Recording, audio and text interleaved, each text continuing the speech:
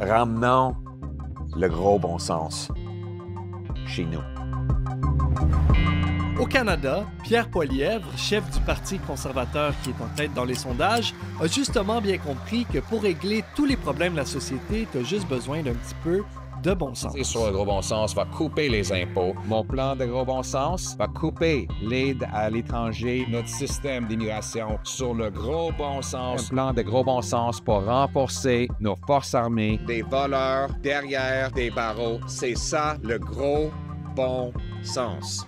En France, le président Emmanuel Macron est également un adepte du bon sens. C'est au fond la France du bon sens plutôt que la France des tracas. Que ce soit pour l'immigration, C'est du bon sens. pour les agriculteurs Il faut du bon sens. ou pour sa réforme des retraites, Tout le monde a du bon sens dans notre pays. Emmanuel Macron s'en remet encore et toujours au bon sens. On dirait qu'il y a quelque chose que je comprends pas par contre. Là. Si Emmanuel Macron a le bon sens, puis tout le monde a du bon sens dans son pays, pourquoi son pays est au bord de la guerre civile depuis genre 5 ans? Est-ce qu'on nous aurait menti depuis le début?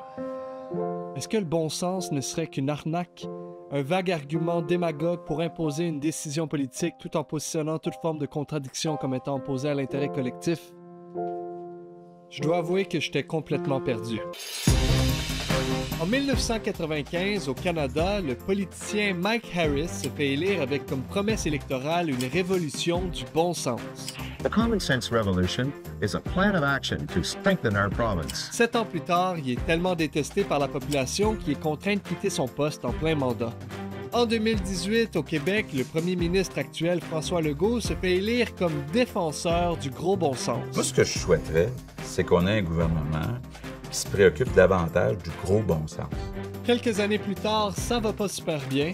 Les Québécois sont fâchés contre moi. Son parti perd plus de la moitié de ses appuis en l'espace d'1 an, une chute jamais vue dans l'histoire du Québec.